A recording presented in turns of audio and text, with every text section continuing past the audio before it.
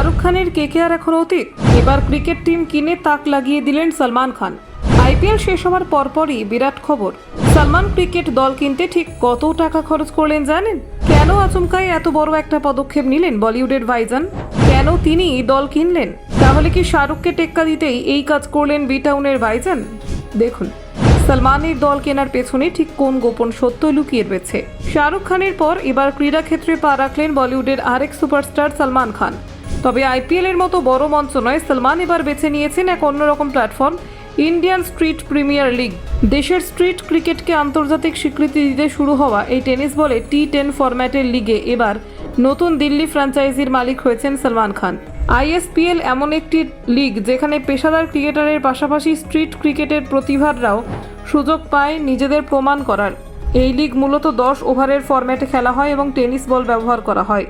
2024 সালে শুরু হওয়া এই লিগ দ্রুত জনপ্রিয়তা অর্জন করেছে। দ্বিতীয় মরশুমে টিভি রেটিং এবং অনলাইন ভিউয়ারশিপ দুটোতেই রেকর্ড ভেঙেছে। এ পর্যন্ত 2.8 কোটির বেশি দর্শক ISPL ফলো করেছেন। এই টুর্নামেন্টের লক্ষ্য ভারতের গলি মহল্লা থেকে প্রতিভা তুলে আনা এবং সেই খেলোয়াড়দের মূলধারার ক্রিকেটে জায়গা করে দিতে সাহায্য করা। এবার তাতে তারকাদের যোগদান তা আরও বড় মঞ্চে পৌঁছে দিচ্ছে। সলমান খান নিজে এক বিবৃতিতে জানিয়েছেন, ISPL শুধু একটা লিগ নয়, এটা একটা মঞ্চ যেখানে ভারতের প্রতিটি গলির প্রতিভা নিজেকে দেখানোর সুযোগ পাবে। আমরা অনেক সময় বলি গলি ক্রিকেটে দারুণ খেলতো, কিন্তু সেই প্রতিভাগুলোর জায়গা হয় না, এবার হবে। সলমান আরও বলেন, আমি চাই দিল্লি দল শুধু খেলার জন্য না, বরং একজোট হয়ে দেশের তরুণদের অনুপ্রাণিত করুক। ক্রিকেট যেন শুধুই খেলা না থেকে ওঠে জীবনের এক অংশ হয়ে যায়, সেটা এই উদ্যোগের মূল লক্ষ্য।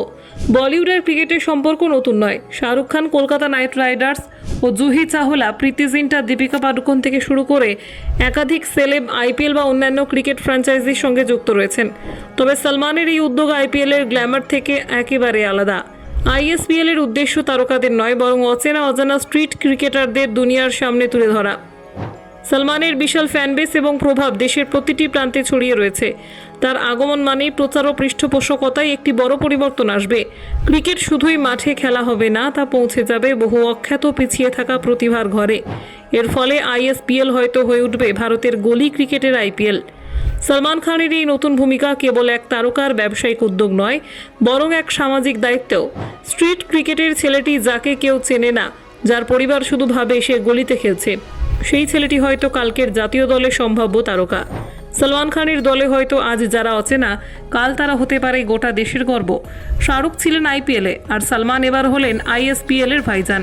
স্টারডম এবার মাঠেও নামছে, আর সঙ্গে নিয়ে আসছে লক্ষ লক্ষ স্বপ্নের হাতছানি। Bureau report, news prime Times.